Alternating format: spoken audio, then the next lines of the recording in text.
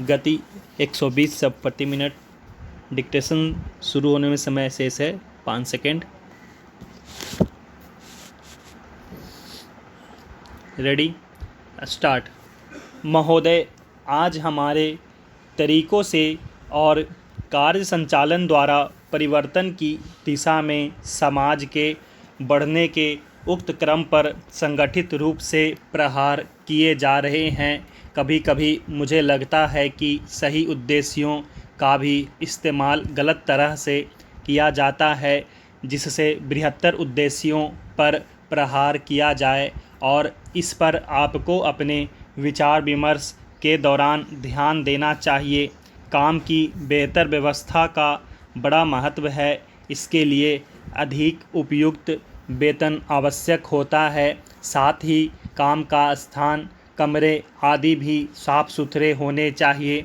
लेकिन जो लोग साथ साथ काम करते हैं, श्रमिक, प्रबंधक तथा किसी परियोजना में या कारखाने में काम करने वाले अन्य लोग, उनमें अच्छे संबंध होना आवश्यक है तथा यह शायद अन्य सभी बातों से ज़्यादा महत्वपूर्ण है।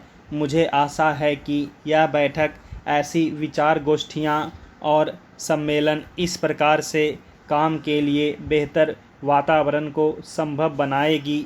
सरकार को काफ़ी कुछ करना है और वह करेगी भी। हालांकि आज हमारे यहाँ की स्थिति में ऐसा करना हमेशा ही सरल नहीं होता। यह कहना सरल है कि हम ऐसा करेंगे। नीति संबंधी निर्णय भी सरलता से लिया जा सकता है, लेकिन किसी निर्णय को समुचित ढंग से लागू कर पाना बहुत कठिन होता है। मैं यह बहाने की खोज के लिए नहीं कह रही हूँ, क्योंकि कठिनाइयाँ हों तो उन पर विजय पानी ही होती है और हम ऐसा करने के लिए कृत संकल्प हैं। लेकिन आपको पता होना चाहिए कि अमुक कठिनाइयाँ हैं और उन पर विजय पाने के लिए केवल इच्छा करने या वक्तव्य देने से काम नहीं चलता। इसके लिए स्थिति को समझना और दृढ़ निश्चय के साथ आगे बढ़ना होता है। चाहे रुकावटें कितनी ही बड़ी क्यों न हो, कठिनाइयाँ कैसी भी क्यों न हो, सरकार का यही संकल्प है। सार्वजनिक क्षेत्र को बहुत महत्वपूर्ण योगदान करना है। उसे यह काम अपनी उपलब्धियों द्वारा ही नहीं, बल्कि श्रमिकों की भागीदारी की भावना को अनुभव करते हुए करना है। मैं जानती हूँ कि आज यह भावना सभी श्रमिकों में नहीं है। मुझे यह भी पता है कि इसके लिए हमेशा उन्हें ही दोषी नहीं ठहराया जा सकता। हमने प्रयास ही नहीं किया है कि उन्हें ऐसा अनुभव होता रहे। मैं जानती हूँ कि प्रायः जो मजदूर किसी बांध के निर्माण में लगे हैं, उन्हें पता ही नहीं होता कि बांध होता क्या है।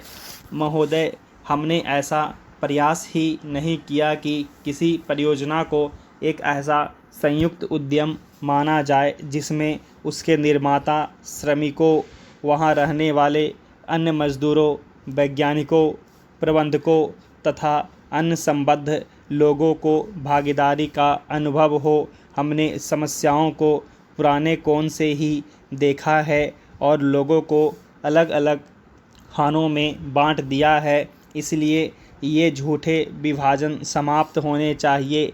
हमारे समाज में ऐसे अनेक विभाजन हैं। शायद वे सभी समाजों में होते हैं, लेकिन हमारे यहाँ वे सामान्य से कुछ ज़्यादा ही हैं। ये धर्म के आधार पर, जातियों के आधार पर, भाषा और क्षेत्र के आधार पर पाए जाते हैं। एक व्यक्ति और एक वर्ग को दूसरों से अलग करने वाली अनेक तरह की दीवारें हैं, और इन सब विभाजनों से हमारा राष्ट्र कमज़ोर हुआ है। स्वतंत्रता आंदोलन के दौरान इन विभाजनों का इस्तेमाल हमारी एकता को तोड़ने के लिए किया जाता था।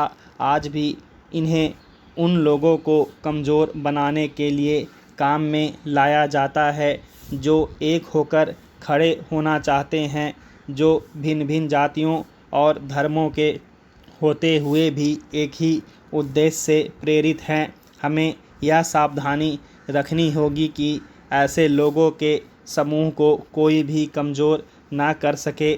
हमें ऐसे वर्गों का और विस्तार करने की कोशिश करनी चाहिए जिससे उनके अंतर्गत हमारे और भी अधिक ऐसे लोग आते जाएं जो एक विशेष उद्देश्य को पूरा करने के लिए कृत संकल्प हों, क्योंकि यही देश के हित में है।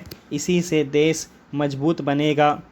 देशवासी मजबूत बनेंगे जिनके अंतर्गत कोई एक वर्ग ही नहीं है बल्कि सभी वर्गों के लोग आते हैं। इसलिए संपूर्ण शिक्षा का अभिप्राय है कि हम केवल अपने अधिकारों के लिए संघर्ष न करें बल्कि यह भी देखें कि हमारे प्रयासों का अल्पसंख्यक समूहों पर क्या असर पड़ेगा। औद्योगिक क्षेत्र सुगठित है, उसकी आवाज़ शक्तिशाली है, उसमें एकता है और इसलिए उसका प्रभाव पड़ता है। लेकिन हमारे देश में बहुत से ऐसे वर्ग हैं जिनकी आवश्यकताएं अन्य वर्गों से कहीं ज़्यादा महत्व की है, परंतु उनमें एकता नहीं है। उनकी मांग को प्रस्तुत करने वाला कोई नहीं है और उन्हें शायद पता तक नहीं होता कि उनकी कुछ मांगें भी हैं, लेकिन केवल इसी कारण से उनकी उपेक्षा नहीं की जा सकती। हम यह नहीं कह सकते कि उनकी कोई मांगें नहीं हैं। स्टॉप।